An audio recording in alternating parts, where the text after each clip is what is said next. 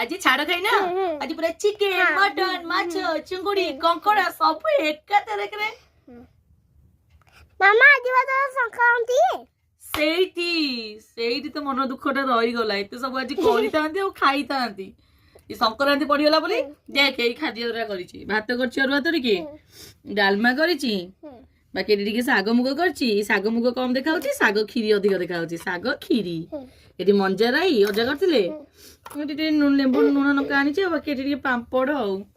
ଅନେଇଲୁ ଆଜି ମନ ଦୁଃଖ ହଉଛି କିନ୍ତୁ ଆଜି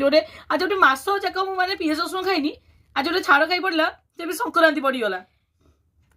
କି ବେଳା ଖରାପ କାଲି ସିନା ରବିବାର ପଡୁଛି ଲୋକମାନଙ୍କର ଖୁସି କାଲି ଛାଡ ଖାଇ ପାଳନ କରିଦେବେ ମୁଁ ପାଳନ କଲା ବେଳକୁ ଯାଇକି କମିଂ ବୁଧବାର ମନ ଭାରି ଦୁଃଖ ଛାଡନ୍ତୁ ଭାଗ୍ୟରେ ଯାହା ଅଛି ସେ ଖାଇଦବା